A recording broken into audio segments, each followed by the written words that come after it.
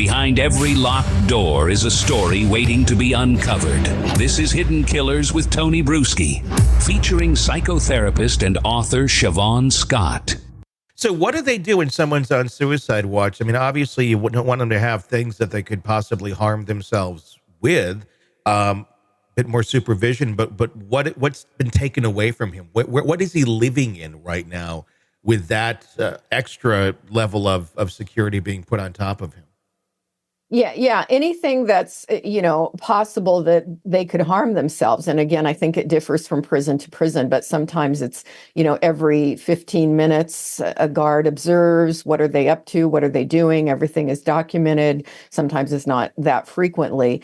But I have seen in county jails, they're basically sleeping without any blankets or sheets. Sometimes they have a covering over them to keep them from being too cold. But anything, because people can hang themselves with sheets. And so anything that they could potentially hurt themselves, shoelaces, sheets, blankets, anything that they could use is removed. So he could be very uncomfortable right now. I mean, talk about just a level of almost dehumanization from where he was. I mean, clothing too. I would imagine he could get naked and use his clothes if he wanted to try and attach it to something. I imagine exactly. The Epstein obviously did it with a sheet. But yeah, that's got to be a complicated thing to put someone in a situation like that, to not give them some sort of way of figuring out a way to harm themselves. But ultimately, I'm sure if they're going to try, they're going to try. There's a new book that is coming out, and this is allegedly the words of Kim Porter. Kim Porter was his wife, or his very serious girlfriend for a long period of time, the mother of several of his children. It's supposedly a tell-all that talks about, it's only 60 pages. Apparently she only had like 60 pages in the diary talking about her life and what life was like with Diddy. There's allegations in there of abuse, of bizarre sexual trysts, of pretty much everything we know about Diddy. Again, she's, this is her speaking from the grave, essentially. Somebody close to her claims that they had the copy of this, and now it is being published.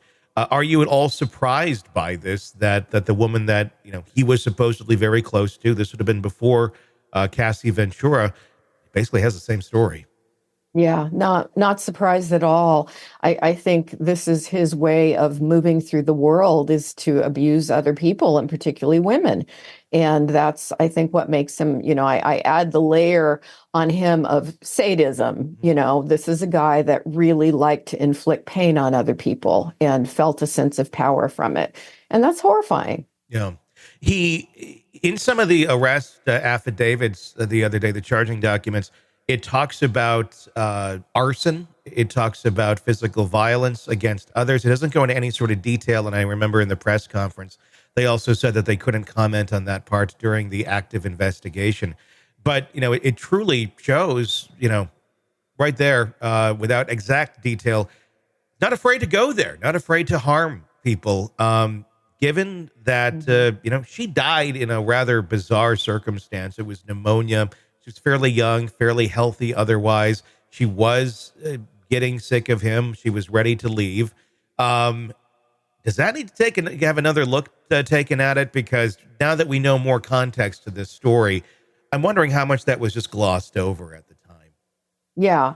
And what other factors, if you do an autopsy and maybe look a little closer, we see plenty of those kind of cases, where it's not looked at very closely, and then they exhume the body later and, find that there's another layer of information that they glean that somebody did contribute in some way to it. Let's talk about the reaction from other famous friends of Diddy. There's been, obviously he's been out there for years, so there's many of them. Some very, very well known, and I'm not associating or saying that these people did have anything to do with them in terms of his deviant acts, but a lot of them are being very, very silent right now and not really saying a word. From a psychological standpoint, what would you expect from friends of him if they were truly shocked to find out, oh my God, he did all these things and I had no idea, versus someone who did have some knowledge, maybe not part of it, but had the knowledge. Yeah, it's hard to imagine with the guy was so flagrant with these parties and things that he was doing, and people talk about stuff like that, so it's hard to imagine that there are people involved with him at all that didn't have at least a sense of it.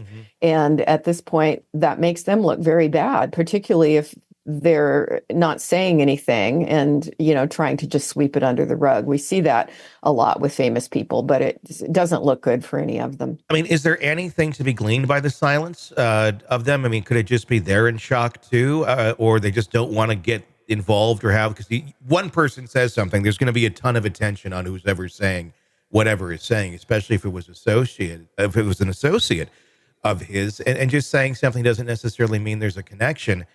But is there some danger in someone saying something of, not condoning this, saying how horrible it is, a statement of that nature, if in fact they did have knowledge, or it could come back out later down the road that they did know about this, or even worse, if they participated? Yeah, definitely. And that's another one we did see with Epstein a lot. A lot of famous people, including politicians, had mixed with him. And there's continued debate on how many people were involved or how many people at least knew.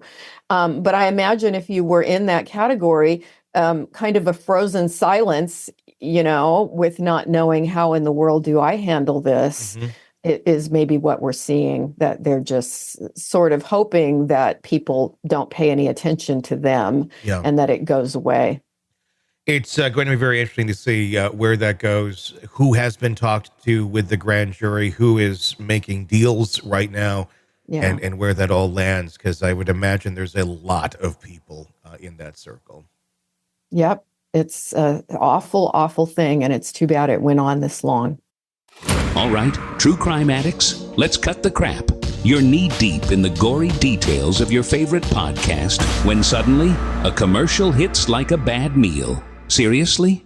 You deserve better. Upgrade to True Crime Today Premium Plus on Apple Podcasts, where you can binge without those annoying ads. Plus, get extended interviews that go deeper into the darkness and early access to episodes so you can be the first to know. It's like trading up from fast food to fine dining, but with more blood. So, go ahead.